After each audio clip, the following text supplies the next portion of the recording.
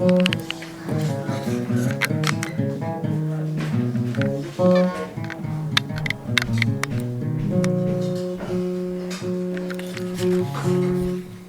of the second part of our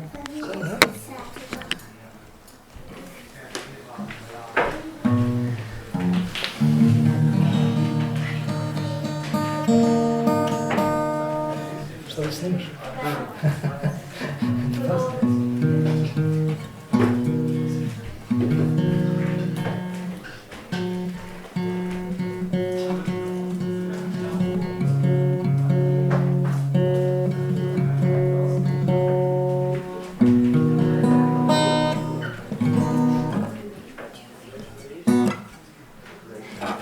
Десь отрезвиться не стало.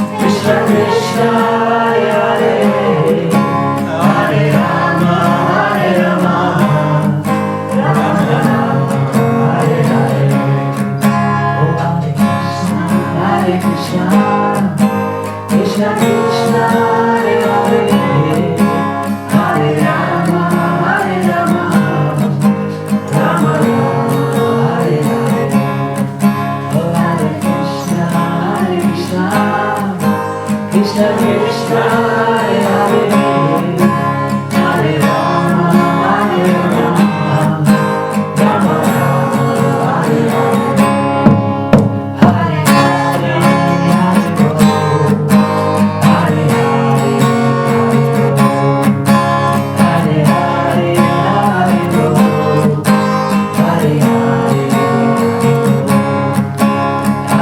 Hare Rama. Sing. Hare Hare, Hare Rama, Hare Hare, Hare Rama, Hare Hare, Hare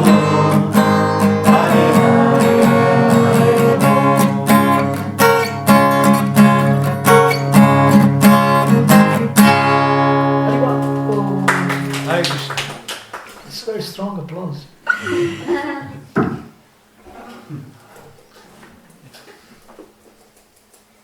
Actually, on Saturday, I will tell you some stories from the Woodstock festival that we played. I had a band called Gita, and we played 3 concerts in 2 days. And there were some interesting things happening, some like natural miracles. So, and my band is devotees from Macedonia, 5 devotees, and Mataji Vishaka knows them all.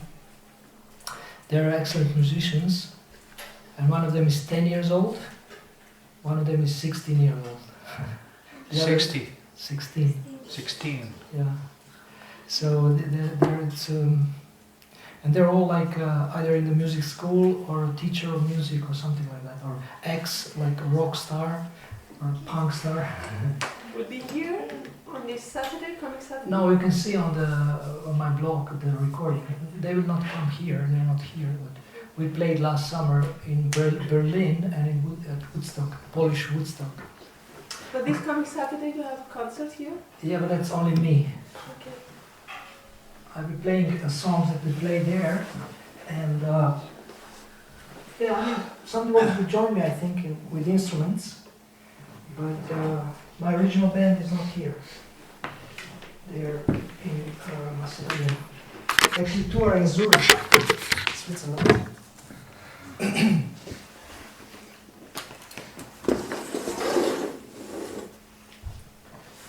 Okay, so who would like to kind of help to review what we discussed in the first part?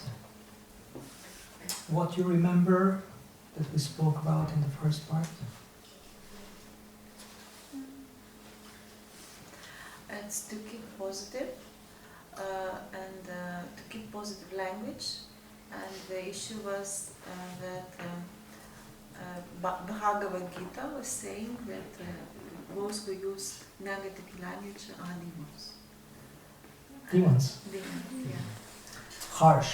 Yeah, To harsh. speak harshly. To prevent humiliation of other people, the most important, because it stays for many years.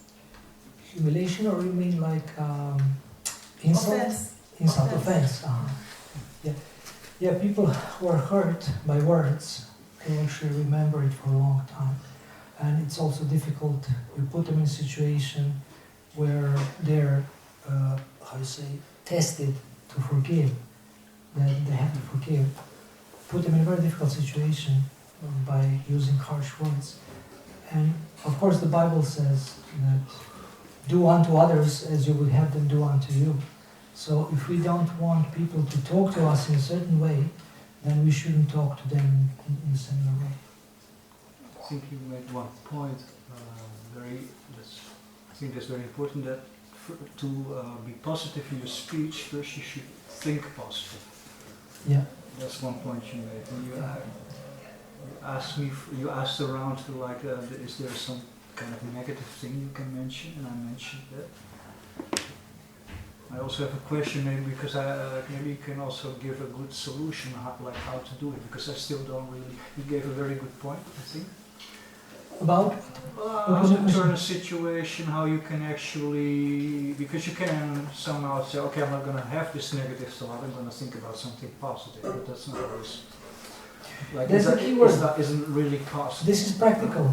This is the key word. You look at the problem as an opportunity, and then you just ask yourself, what opportunities are there? If there is air pollution and the noise, then it's an opportunity to do so many things. I mean, some of the devotees here mentioned different few things, but you can make a whole list of the opportunities that are there in the problem, in any problem. And it's very important to write down ideas. Don't just think about it, write it down. Because when you write it down, it's much more powerful, much more, you can analyze it, you can implement it more easily if it's written down. You can write down ideas, how to implement ideas. And all success experts recommend writing down your goals, writing down your ideas, and in this way they get imprinted in your consciousness. Just one little point, I want just very shortly, that my impression is that negative thoughts don't make you happy. So I try to avoid it, you know, but I have to pass really through, that's why I came up with, I have to pass through a lot of traffic, and it's getting worse actually, because this government makes the roads broader. And when I go to my work, I really have to pass a lot of traffic. I don't have a car myself even, because I don't like cars. I don't want to use the word hate, but actually I hate them. You go on a bike? Yes, but he made a good point, and I understand this is not a very good thing that I have that, but it happens to me almost every day, and it's very hard to avoid that emotion. So how can I You said be yourself. positive? Huh? You said yourself you can really live in nature. I actually think about just getting away. Every weekend I go to the countryside because of that. Yes. Maybe Krishna is giving you this because this some people can tolerate, they don't mind it. But if you are so frustrated with that, then maybe it's a Krishna sign that you should actually take better care of yourself by moving to nature. That's quite a drastic step. You know, you have to find another job, another house. And, But I try to force myself to ignore it somehow, because I know it doesn't really help me. You know, if I focus on the negative, it doesn't really help me. It's not we will always speak possible about to this escape. tomorrow. Tomorrow we'll speak about the possibility thinking. I was hoping you would actually give an advice. How can you do that? How can you actually think positive?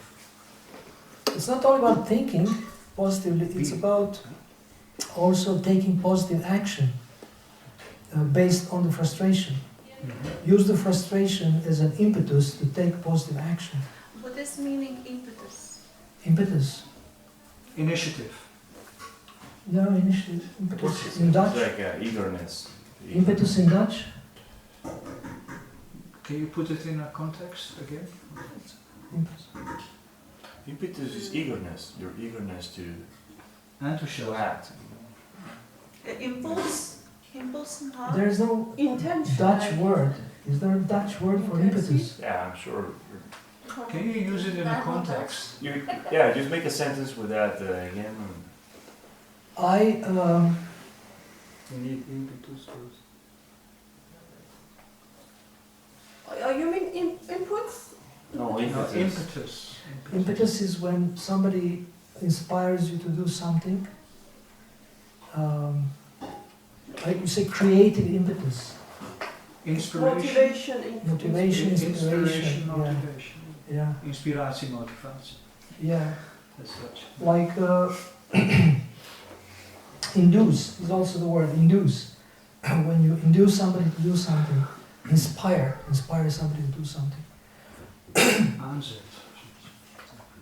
Excuse me. If later on, whenever this time, I wanted to 2 minutes say something which maybe also is related to what he's asking. Mm-hmm. Whenever there is time. You no. Okay. I know a great speaker woman. She is called Baron Katie. She has a method which is called the walk. And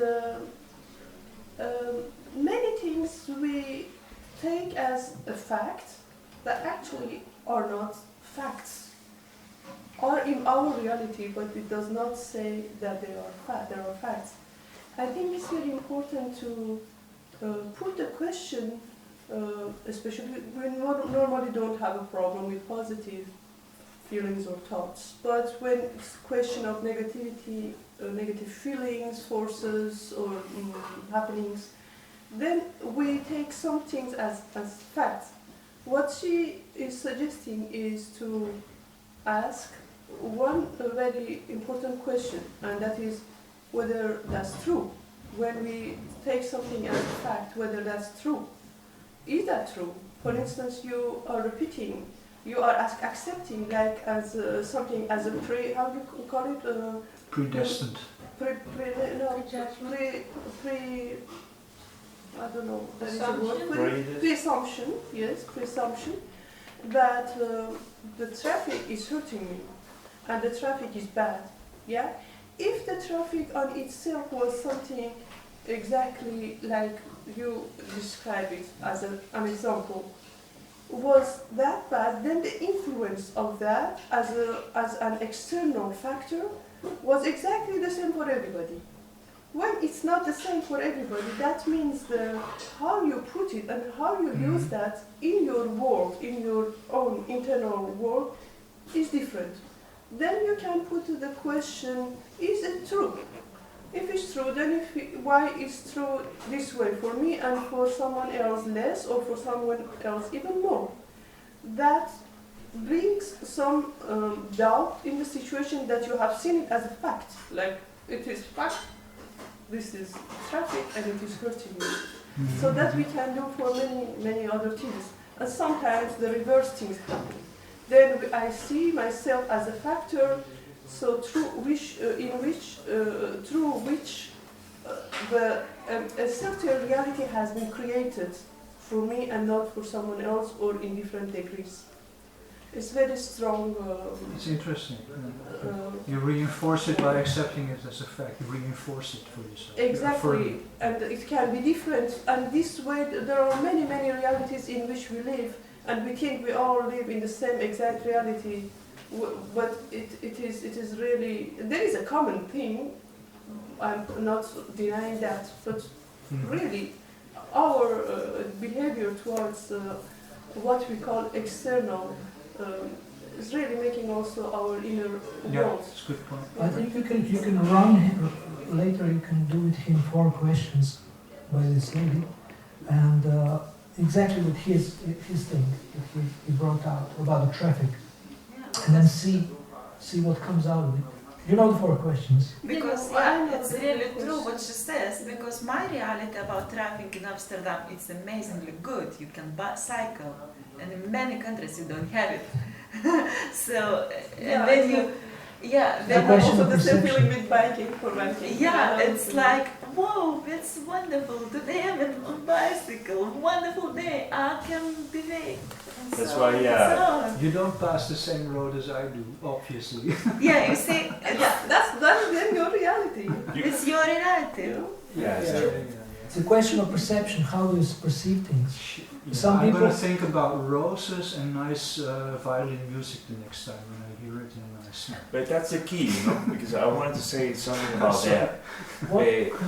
To me, I'm learning that. To me, how nice these roses smell. if you don't feel good, if you don't feel good about yourself at any time, or most of the time, you cannot have positive thoughts. You see? In order for us to have positive thoughts, there is a pre-existing condition. There is a condition earlier than that. We must feel good. If I don't feel good, I cannot have a positive thought. It's not gonna work. So I gotta do something that is gonna make me feel good. Either pick up a book, Bhagavad Gita, think of a woman, someone I like, think of music, play some music. If I'm on the train, put the iPhone, put whatever, all these tools that actually are available today. We need to feel good. That is the first step. After we feel good, we gotta turn into something that we know. Oh man, this makes me feel good. I'm gonna grab hold of it. Once you do that, then you can start thinking positively, but never before feeling good. I think So you that have is the a most very good essential point. thing. Very good point, because Let's just focus. if there's positive thoughts in your head, the negative things don't have a space. It doesn't equate. You I cannot realize feel that. bad. You cannot be having positive thoughts out of a bad mood, Yeah, out of a fight with someone or with yourself. It will never happen. I So we consider need myself we quite need a to positive. change our state of mind into feeling good. Yeah. When you say, "Oh, I love it here in Amsterdam. I can bicycle everywhere," Yes. then she can have positive thoughts, and after she has positive thoughts, she can actually even have ideas on how to go Most about of, a most of problem. the time I am like that. Don't think that I'm going around always like, oh, you say, Yeah. it's not like that. So that's the thing. I would like to- What makes you feel good? Think of that. What makes you feel good? I would like to hear something from devotees who didn't make any comments. Did you make any comment? Can you make say something? What do you think about these discussions about positive action and positive language? I mean, I was thinking maybe we get some idea more practical than discuss this traffic jam here in Amsterdam, because to get how to turn any situation into the positive, not like particularly this is like. You see, it was, again, if we learn to see problems as opportunities, we see opportunities everywhere, then we can use the positive thinking, positive internal dialogue, positive language. But I want to, our discussion is getting broader now to positive thinking and other things, but I would like to go back to the verse. Where's the Gita? If you can read the verse again. Can I just say something?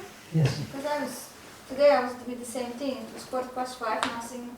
Took the bike out, in and out 3 times. And I was thinking, no, it's too much for me, the noise between 5 and 6. With so many bikes, I can't really bike. So I thought, okay, whatever, just leave the bike, took the tram, came here. What a relief, Why do I have to be in this mess? I mean, I chose not to. Just took the tram and came here. Otherwise I wouldn't come. So, I mean, I know your work is far away, so Right. your So, work is maybe yeah, further, yes. you can't use other transportations, but, and you love biking. Yes. Yeah. Okay, Prabhu. What comes to mind also is another section of the Bhagavad Gita is explaining about the dualities, good and bad, victory and defeat, loss and gain, happiness and distress. Where Krishna speaks to Arjuna, be equal in happiness, distress, loss and gain, victory, defeat. And that apparently is again speaking about a different level of above dualities. Yeah.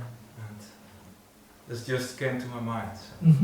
So if we go beyond dualities, then we are super positive, because it's transcendental. There is no greater positivity than being on the transcendental platform. Even if Srila Prabhupada criticizes the materialistic society, he's still being positive because he's spiritual. But people cannot always understand this, that he's actually very compassionate and he's speaking from the platform of love, because they just look at the externals, but those who know him, they can understand where he's coming from. Sorry, he's Bhagavad Gita- criticizing what? You said? What? He's criticizing what? Materialistic society, for example. But sometimes it's very. I want to ask you. I'm reading Bhagavad Gita, and for me it's so difficult to read when he is so negative about everything, And I thought, why? And it seems like you are in discussion. He had discussion with somebody, and you are taking like observer's part, like two people are discussing something going on. And you are forced to be in discussion of that time, of this situation, and you want to, with Bhagavad Gita, to have universal for every time, it's like a little, and for me it's really now I'm reading further, and it's a bit easier, because he goes deeper to the issue, but sometimes you really want to get a true, but not a discussion, because so many times repeats. Somebody's stupid, somebody's and that, and this, and that. I think the reason for this is that we become very complacent. You understand complacent? You accept it. We become satisfied in this world, which is full of suffering, full of trouble, and then preachers, they point out what's actually not working, or what is not beneficial, what is not auspicious, what is not favorable, so that we become aware that actually this is not good, this is not really right. Now, the devotee actually can be the most positive person if he engages everything in Krishna's service. If you see that everything is related to Krishna, then it can be engaged. And this is also, Srila Prabhupada speaks about Yukta Vairagya principle, which is principle of engaging everything in Krishna's service. The principle of Yukta Vairagya. So, how positive it can get. Practically everything can be engaged in Krishna's service. You see everything as Krishna's energy, and you see opportunities everywhere. You see that everybody is a child of God, spirit, soul, and in this way, you're supremely positive. And what does mean Yukta Vairagya? Yukta Vairagya, it means real renunciation. Real renunciation means to understand that everything belongs to God and everything is meant to be engaged in His service. False renunciation is called Falgu Vairagya, and that means you renounce something that is anyway not yours. If you say, Akrura, I renounce your laptop. My laptop is not here. And I would laugh because I would say, well, it's not yours anyway. So we can say, oh, I renounce this, I renounce that in this world. And Krishna says, but it's not yours anyway. So this world actually can become spiritual right now if we see that everything is meant for Krishna's service and Krishna's pleasure. The problem is that we start to, become possessive, that this is mine, and no, my bicycle has been stolen, my car has been stolen. Or even my negativity. Huh? Or even identifying with negative things and saying my negativity, my bad thoughts, my this, my that. And at the same time that can be very nice to identify certain things in yourself, but identify it in yourself, not as yourself. That's a good point. Yeah. But actually, if my bike is not there anymore, it's true. My bike has been stolen. I mean, sounds a bit artificially renouncing. It's not your But it's not your bike. Of course, it is my bike. I paid for it. Yeah. But money you got from Krishna. Yes, but still, it's my bike. It's not your bike eternally. No. You will have to leave it. Yeah, I understand the point, but I think there's also, everything belongs to God, but still, my bike has been stolen, isn't it? I like that you bring fire. I think that's a little bit of an artificial kind of way of seeing things, you know. No, it's real. Take Can it you real. walk into that person's house? No, it's because it's not yours. It's not your house. It's very This much. is your house. And it's not even his. No, okay, yeah. But Krishna is giving them I things. understand. Maybe your point is okay. If something happens, we should understand it. But still, my bike has been stolen. But okay, I can accept it. This is my karma. I would put it in that way. We just use it. There's the principle of aham mameti. That's a high spiritual level. Nothing is mine. True. Yeah. I agree with that. I am this body, and everything that is related to this body is mine. So, but you actually get free from a lot of stress if you start to see the world through the eyes of the scriptures. And tomorrow we are going to speak about this more when we speak about releasing the potential of the mind. How do you see what you see? And something related to the positive language and to positive perception is to see that everything is related to God. Everything belongs to Him and it's meant for His service. So, you help yourself by understanding the philosophy. You get free from so much stress. I was robbed in Athens, in the underground.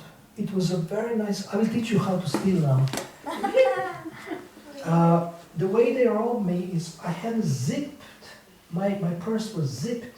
I was, being responsible.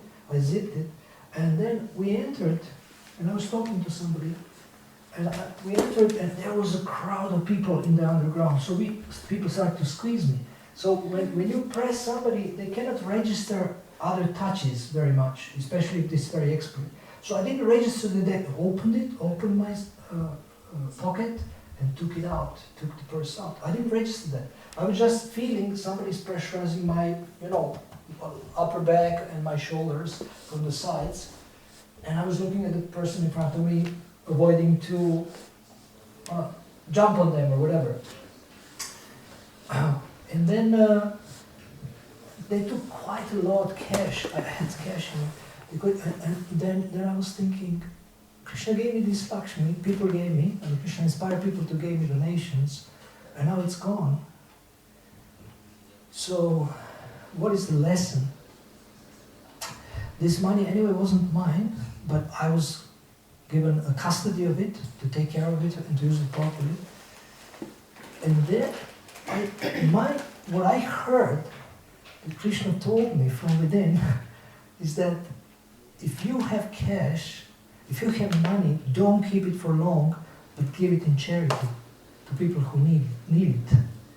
And I started doing this, and since then I was never robbed again. So this is a good message. Yeah. So actually, in the Vedic society, the Brahmanas, when they get charity, they immediately distribute it. Everything that they don't need. They just need very little to live. So it's this point of view of the Bhagavad Gita is so powerful, it's so practical. You can use it to have an amazing life without stress. You see everything as Krishna's arrangement, you see everything, behind everything you see Krishna, and you see that everything is his property. You're here as a custodian, you're here as a keeper, and you make sure it's used in Krishna's service. Just like devotees who are here, like Markandeya Prabhu, their service is to take care of property, of devotees, of programs, everything, like a custodian. So similarly, Krishna has given us a body, given us some resources, given us maybe a family to take care of, but it all belongs to him. It all belongs to him, it doesn't belong to us. And body and soul, everything, yes? Everything. For example, if you are ill with cancer, try to do something. It's not possible. You don't belong to yourself. Yeah, it's absolute. All the process which are going in our body is also by God. Yeah. Still, it is forbidden to steal something because it's not yours. That's my point also. Yeah. It's definitely your purse is your purse somehow. Yeah. And of course, I understand that ultimately everything belongs to God. It's not that I don't understand it. Right. But at the same time, there is something like it's given. Something is given to you.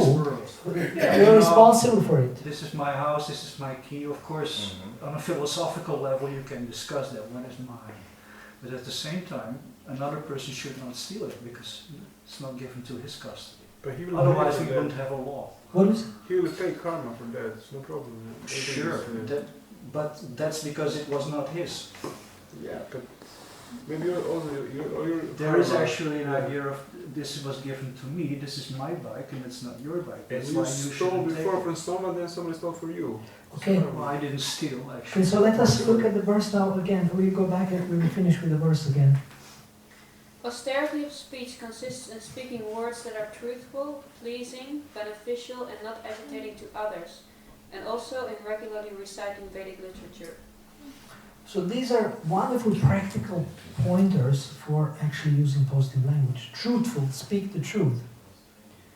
Now, when I was in America, they say Americans are very straightforward. They tell you everything to your face. So when I was giving class, I said, "Are you ready to hear things to your face also?" Well, come to the Netherlands, and that was the answer. What? If you're ready to hear something straight on your face, come to the Netherlands from the US, and then you will hear it. To what? To the Netherlands. Come to Yeah. the Very Netherlands, straightforward. and then you Come will to hear Netherlands. even more straightforward than in the US. Okay. Not very tactful So, people. but if we want to speak the truth about others' faults, we have to be ready to hear the truth about our faults also, if we speak about truth about faults. But Speaking the truth means actually speaking based on the scriptures, speaking based on what the acharyas have said, because they speak the truth. And reciting the Vedic literature is related to that, the truth about God, about the soul, about the relationship, about the laws of nature, very basic fundamental things.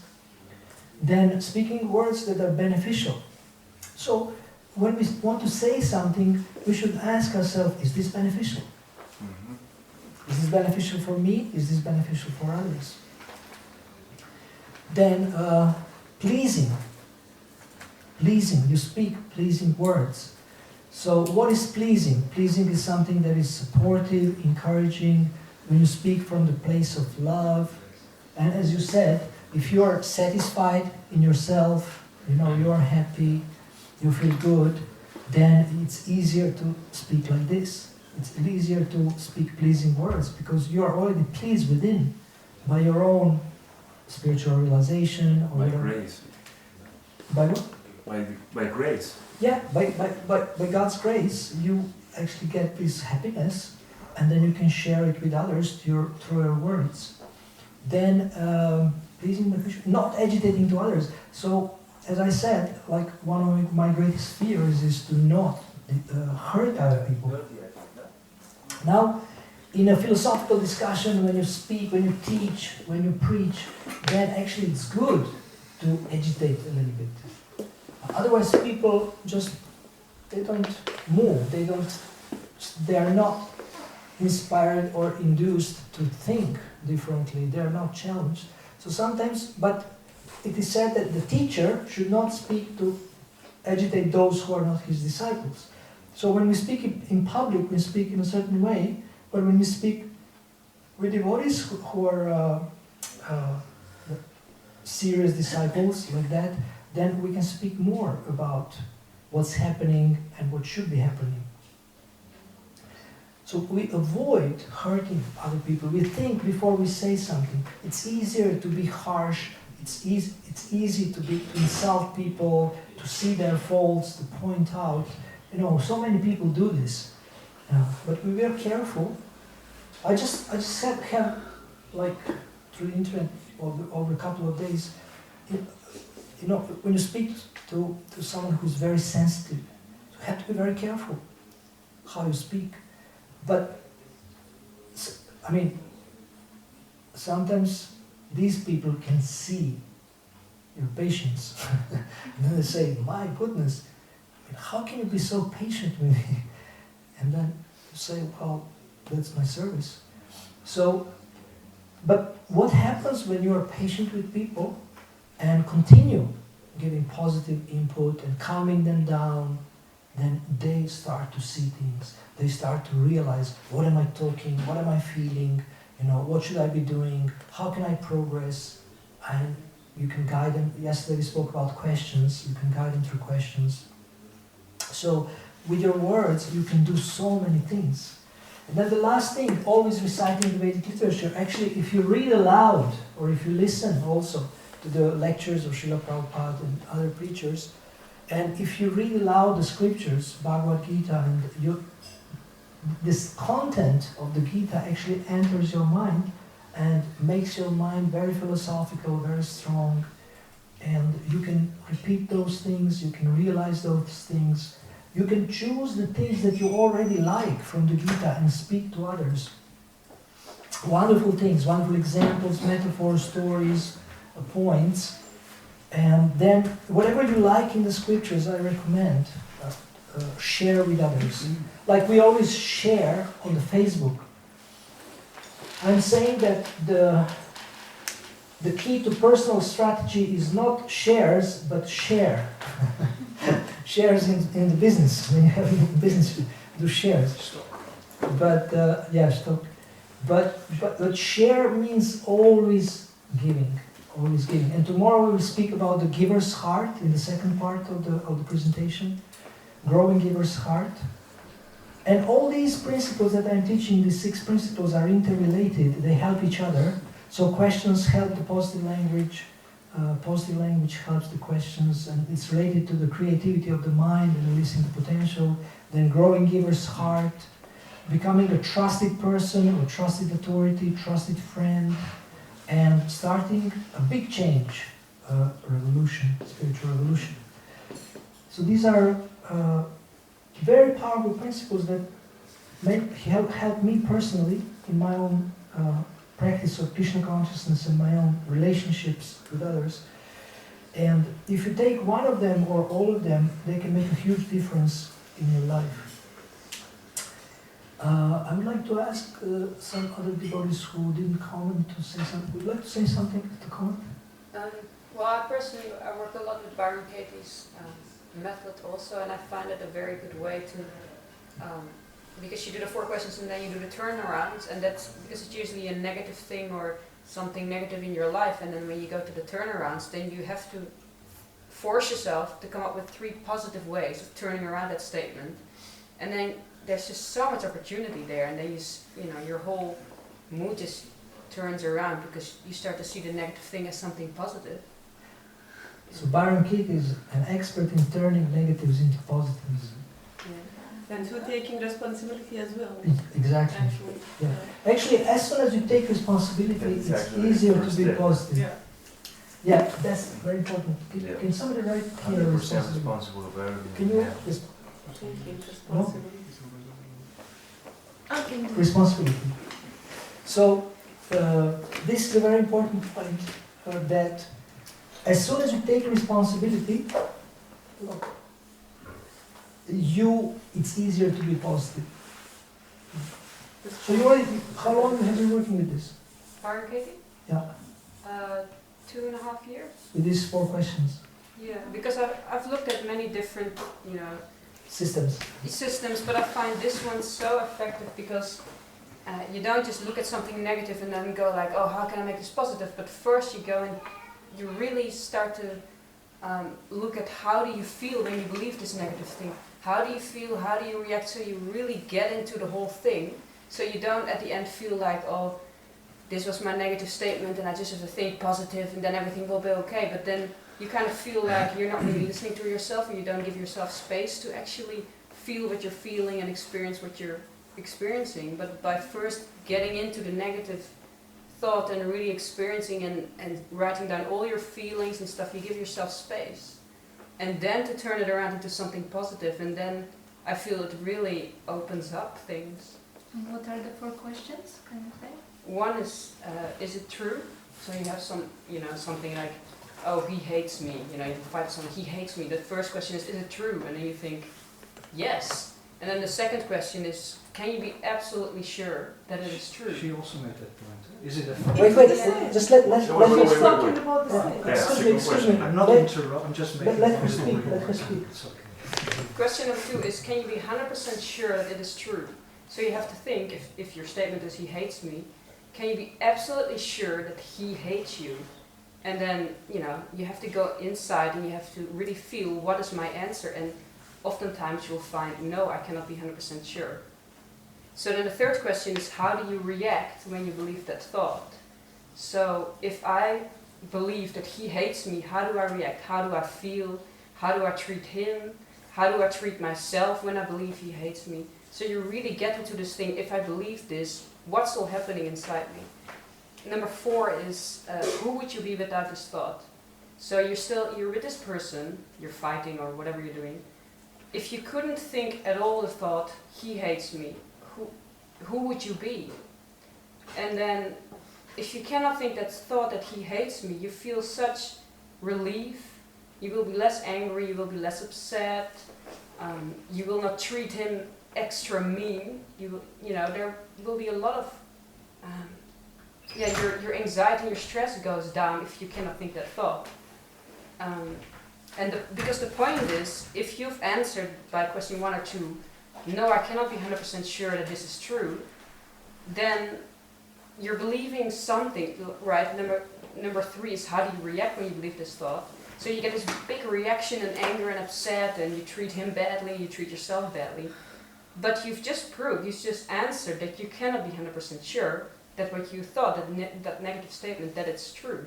And then question 4 is, who would you be without this thought? I have this negative statement, but I cannot be 100% sure that it is true.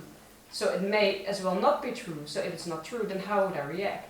So you've got those 4 questions, and then you've got a turnaround. You have to, you can turn around a statement in 3 different ways. So he hates me. You can turn it around. He doesn't hate me, and then you have to give some examples of why he doesn't hate you. Why would he not hate you? Well, you're kind of friends with the person, so you know, if he really hated you, he wouldn't be friends with you. Then you have to give another example why he wouldn't hate you. Well, if he really hated you, he would not even speak to you, he wouldn't even fight with you. And then a 3rd example why this turned around statement is true. So you've got he hates me, you can turn it around, he doesn't hate me. Or you can turn it around, He loves you. yeah, that's the same as he doesn't hate me. Or he doesn't know what he's doing, for example. Or Well, he hates me, you turn it around, first you turn it around 100%, so, I hate you. or, well, you turn it around from the positive to the negative, or You can say I hate him or not. sorry? Can you say I hate him or not? Yes. So there are 3 ways of turning around. So he hates me. You turn around, he doesn't hate me.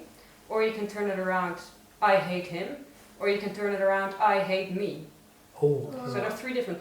So then you have to give examples. So I hate me. Why in this situation? How can you, in a way, see that I hate me in this situation? Well, by thinking this negative thought that he hates me, it creates so much anxiety and stress for myself. So Wow. basically that's a way of how you can see that actually by believing this negative thought that I've proved doesn't have to be true, but by believing it, I actually create so much negativity for myself. And this is hate for You yourself. act as if you hate yourself. Yeah. Yeah, you create negativity for yourself. And the other one was, I hate him. So by believing this statement that he hates me, I get so upset and I get angry and frustrated and I'm bad to him. So I hate him, give an example why that would be true. It's because by believing this thought, I get all this negativity towards him. I react negative towards him because of this belief that he hates me, which I'm not sure if it's even true. But by that, you create so much negativity also towards the other person, so you treat him badly. Yeah. so in the end, it's all about self-love. Unreasonable. It just, indeed, it's a reasonable emotion.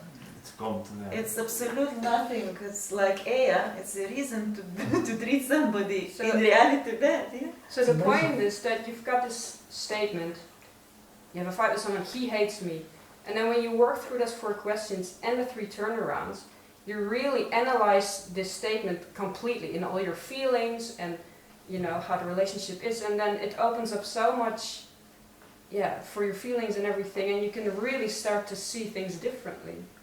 There's a saying, don't believe everything you think. Don't believe everything you think. Question. Actually, Byron Katie's main point is question your thoughts. Question your thoughts.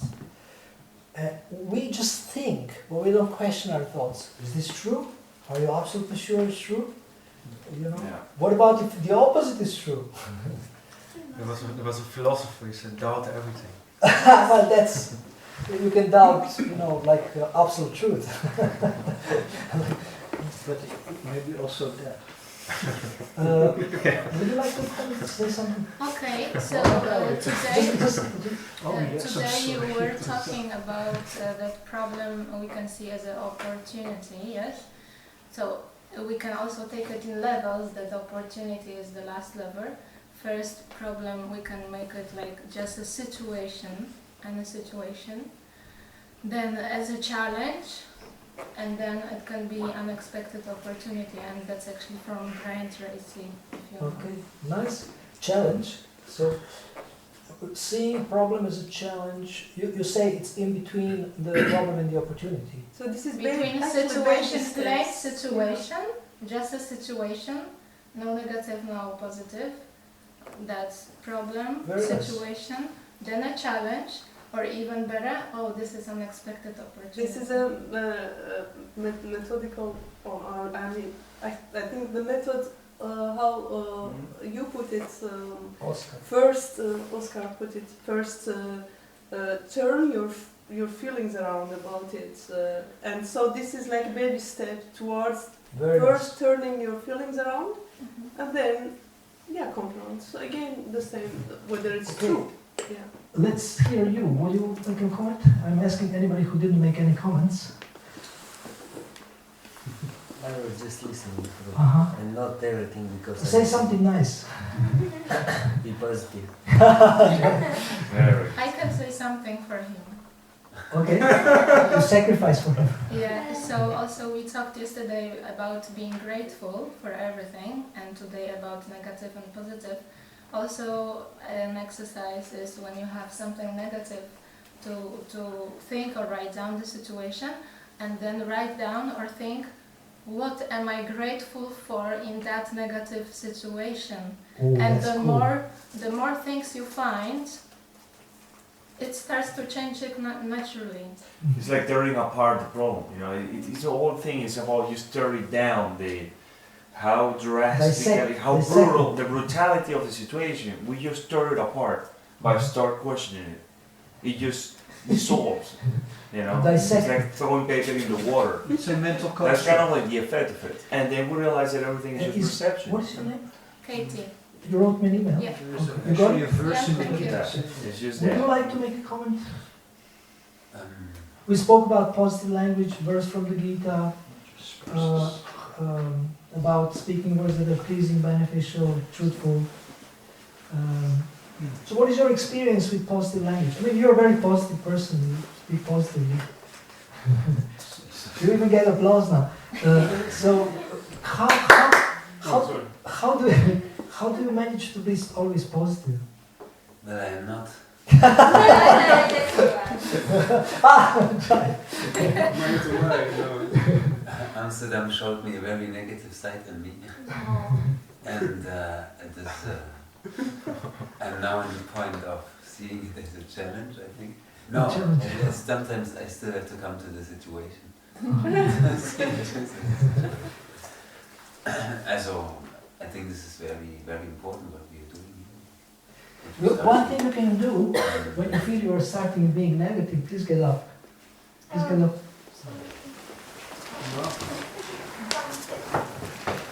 So, how can you get? Please raise your arms. So it's very difficult to be negative when your arms are in the air. Well, if somebody Try. points a gun at you, like, give me your money. And then Yeah, well, I'm really happy now. you do some step. Sorry. Come out, I'm always It's okay, joking. you can hijack. I'm a real joker. So Don't take him too serious. you see, just by changing the posture of the body and moving it a little bit, you actually change how your mind is feeling, how your heart is feeling. Kind of like in the Start show. chanting Hare Krishna. Hare Krishna. Hare Krishna, Krishna Krishna, Hare Hare, Hare Rama, Hare Rama, Rama Rama, Hare Hare. Okay, you sit down before you get fired up. You must fired up. Always starts a joke.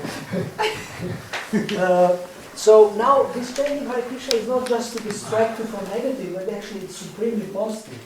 Because you connect to the absolute truth, you connect to the Supreme Personality of Godhead, and you connect to the reservoir of all happiness and all pleasure of Krishna.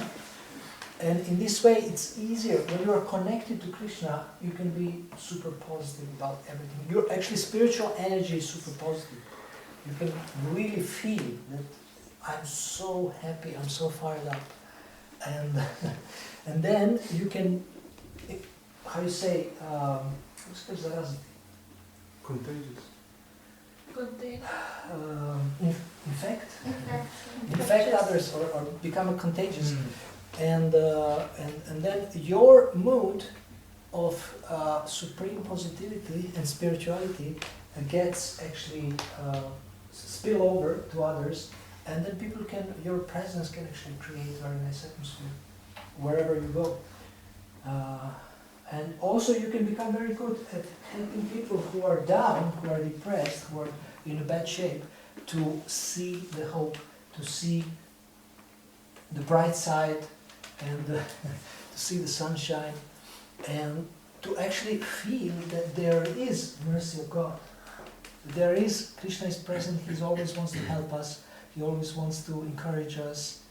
And Krishna has made so many arrangements so that we can be encouraged. He gave scriptures, He gave deities, He sent His representatives who preached to us. He gave chanting as an amazing process. And the supremely positive language is if you chant Hare Krishna Maha Mantra. Because it's contained of the highest name of God, Hare Krishna Rama. And these are very powerful, very extremely powerful. So you can try to practice in your daily life and think about situations where you are usually falling into a trap of being negative, and try to use these things that we were discussing today. You can use the 4 questions of Bhagavad Gita. You can use all this verse actually to remind yourself how we should speak. You can use reading the scriptures aloud and practicing to think and to speak like saintly personalities. And that is supremely positive. So thank you very much for coming. Today we are speaking about releasing the mind's potential and growing giver's heart. Tomorrow? Hare Krishna. Tomorrow. Thank you. No, tomorrow we speak about that. Today is spoken about positive language. Yes. You said today, but Oh, tomorrow. you mean tomorrow, I think. Hare Krishna. I know. Hare Krishna. Today